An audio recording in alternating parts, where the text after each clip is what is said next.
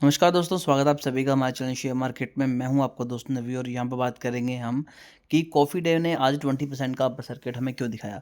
तो बेसिकली आप सभी को पता है कि इनका 228 करोड़ का जो डिस्प्यूट चला हुआ था उसमें अब कंपनी को काफ़ी ज़्यादा बड़ी राहत मिली है, क्योंकि जो एनसीएलटी है उन्होंने इनके फेवर में जो अपना डिसीजन है वो सुनाया।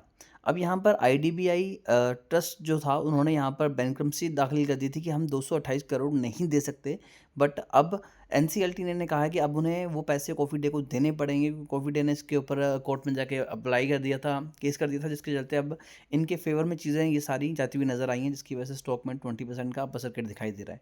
तो क्या इस न्यूज़ के दम पर हमें इन्वेस्टमेंट करनी चाहिए या नहीं करनी चाहिए, सभी चीज़ें डिस्कस करते हैं। पहले पूरे मामले को समझते हैं। Share of the Coffee Day Enterprises rallied 20%, hitting its upper circuit limit for the day, bucking the weak sentiment previous in the border market as the National Company Law Applied Tribunal NCLAT set aside insolvency proceeding against the company. In a major relief to the operator of the Cafe Coffee Day chain, the case filed by IDBI Trustship Services over an alleged rupees 2,228 crore default was set aside by the two-member bench of the NCLT's Chennai panel. The Chennai branch of the NCLT overturned the National Company Law Tribunal August 2024 order which admit an insolvency plea filed by the IDBI Trustship Services.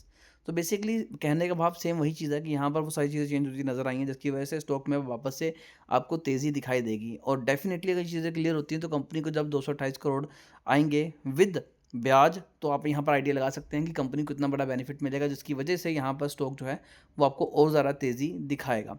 फिर भी share को लेकर अगर आपकी कोई भी query है तो आप कमेंट कर सकते हैं। हमारी कोशिश होगी कि आपको एक अच्छी एडवाइस दें।